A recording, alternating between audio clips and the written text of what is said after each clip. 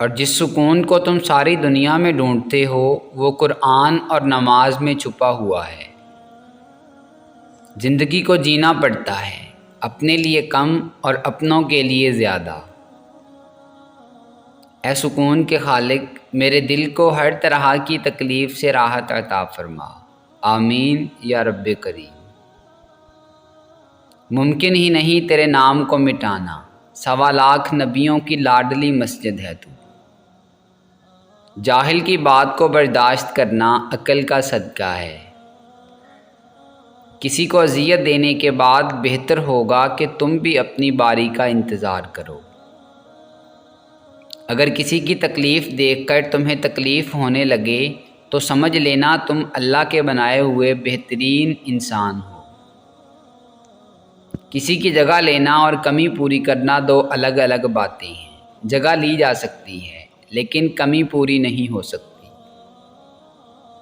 شیخ Saadi رحمۃ اللہ علیہ نے فرمایا، روئے زمین پر اکثریت میں ایسے لوگ ہیں جو دکھ، تکلیف، اذیت، فریب اور دھوکہ تو انسانوں کو دیتی ہیں اور معافی اللہ سے مانگتی ہیں۔ فرمان مصطفیٰ صلی اللہ علیہ وآلہ وسلم، جو لباس تم پہنتے ہو اسے صاف ستھرا رکھو اور اپنی سواریوں کی دیکھ بھال کیا کرو، اور تمہاری ظاہری شکل و صورت ایسی صاف ستھری ہو کہ جب لوگوں میں جاؤ تو وہ تمہاری عزت کریں۔ زندگی میں ایک ایسا وقت بھی آتا ہے جب انسان ہر شے کی حقیقت سے واقف ہو جاتا ہے۔ تب کچھ لوگ دل میں جگہ بنا لیتے ہیں اور کچھ ہمیشہ کے لیے دل سے اتر جاتے ہیں۔ اپنے گھر کی باتیں باہر کے لوگوں کو نہ بتاؤ، تمہاری غیر موجودگی میں لوگ تمہارا مذاق اڑائیں گے۔ یہ جو تمہارا نفس ہے نا، تم اگر اسے خیر میں مصروف نہیں کرو گے تو یہ تمہیں شر میں مصروف کر لے گا۔ وقت اچھا ہو تو آپ کی غلطی بھی مذاق لگتی ہے، اور وقت خراب چل رہا ہو تو آپ کا مذاق بھی غلطی بن جاتا ہے۔ خوشی نہ رہی تو غم کب تک رہے گا، اس لیے غم کو بھی 4 دن کا میلہ سمجھ کر گزار لو۔ بندہ نہیں رہتا تو غم کہاں سے رہے گا۔ بارش رک جائے تو چھتری بوجھ لگتی ہے، ایسے ہی مطلب نکل جائے تو انسان بوجھ لگتے ہیں۔ کچھ فیصلے مشکل ہوتے ہیں لیکن کرنے ہی پڑتے ہیں۔ اپنے آپ کو ایک دفعہ توڑ کر جوڑ لیں، بس پھر ہر پل مرنا نہیں پڑے گا، سکون سا اندر بس جائے گا، سب ٹھیک ہو جائے گا۔ امیر خسرو رحمۃ اللہ علیہ نے خواجہ نظام الدین اولیاء رحمۃ اللہ علیہ سے پوچھا کہ محبت میں مصیبت کیوں آتی ہے؟ تو آپ نے فرمایا، تاکہ ہر کم ظرف اس کا دعویٰ نہ کرے۔ زندگی میں لوگوں کا آنا بھی ایک مقصد ہوتا ہے۔ کچھ آپ کو آزمائیں گے، کچھ آپ کو سکھائیں گے، کچھ آپ کا استعمال بھی کریں گے اور کچھ آپ کو جینے کا صحیح مطلب بھی بتائیں گے۔ دولت دنیا کی ہو یا ایمان کی، جتنی بڑھتی جائے گی اتنی نیند کم ہوتی جائے گی۔ کسی بزرگ سے پوچھا گیا کہ رحم اور کرم میں کیا فرق ہے؟ اس نے جواب دیا، جو طلب پر مل جائے وہ رحم ہے، اور جو بغیر طلب کے مل جائے وہ کرم ہے۔ دعا ہے اللہ پاک ہم سب کو اپنے رحم و کرم سے نوازے، آمین ثم آمین۔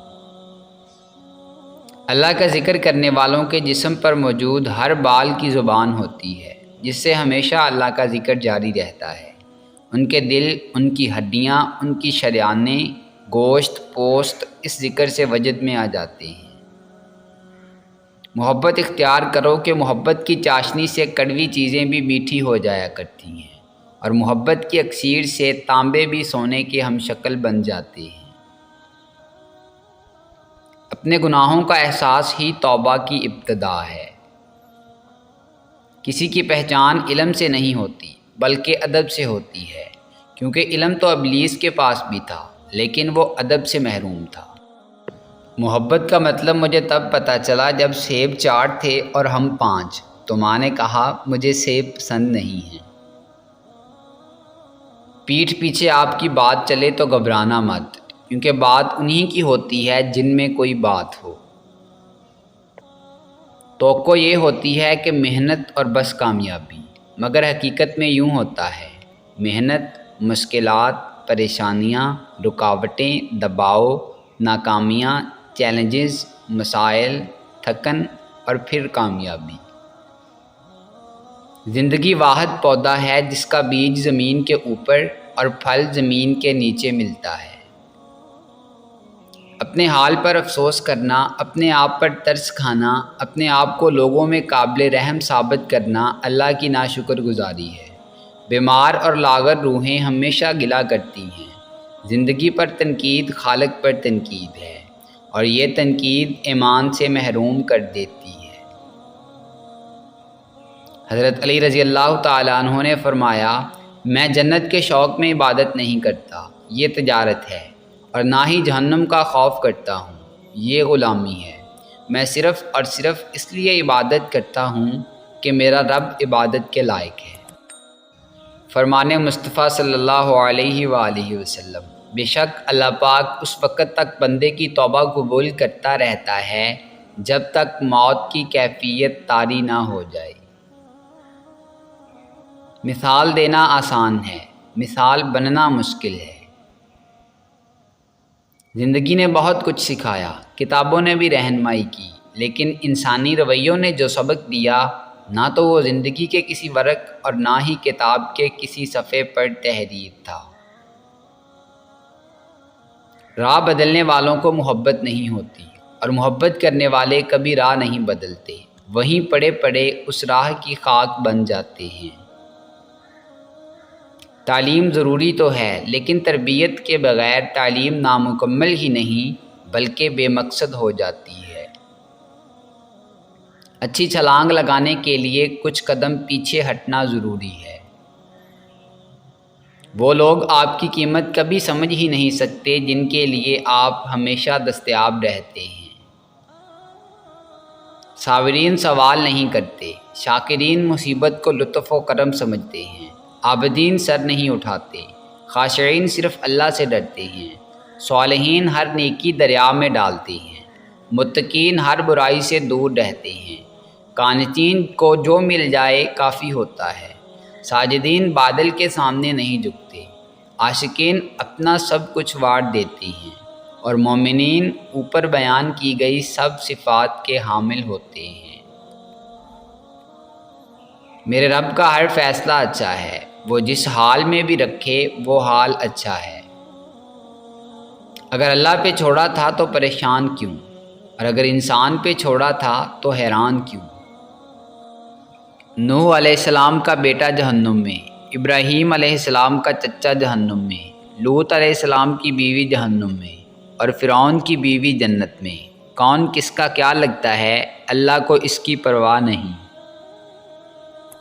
مصروفیت، اپنی مصروفیت کا جائزہ لو، کیونکہ آپ کی مصروفیت گمراہی بھی ہو سکتی ہے اور آپ کی مصروفیت عبادت بھی ہو سکتی ہے۔ اپنے آپ کو چھوٹا نہ سمجھو، تم بے خودی کے عالم میں خود ایک کائنات ہو۔